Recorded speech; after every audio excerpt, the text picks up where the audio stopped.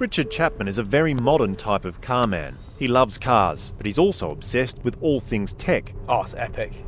Yeah, it's so good.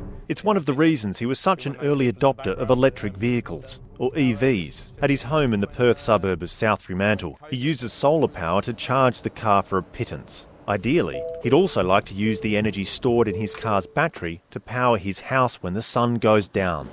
Yeah. When the main house batteries have run out, I want to then be able to draw off of the electric vehicles that I've got, hundreds of kilowatt hours sitting there. But there's a catch. His car maker won't let him.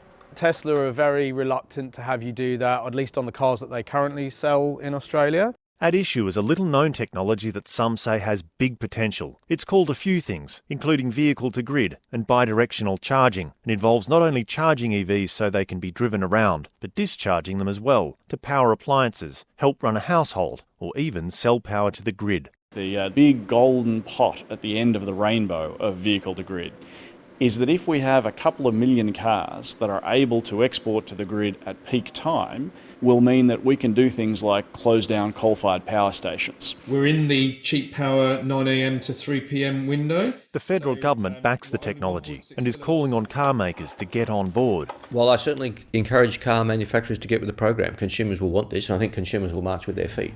Australia's uptake of EVs is still relatively subdued. About 1 in 10 new car sales is electric, but that's expected to grow markedly in the years ahead, providing what experts say is a massive opportunity for the electricity system.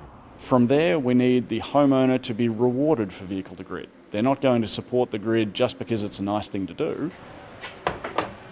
EV owner Richard Chapman, for one, is raring to go. We've got all this battery storage around, all in our suburbs, and what we need to do is tap into that because we've got all of this solar.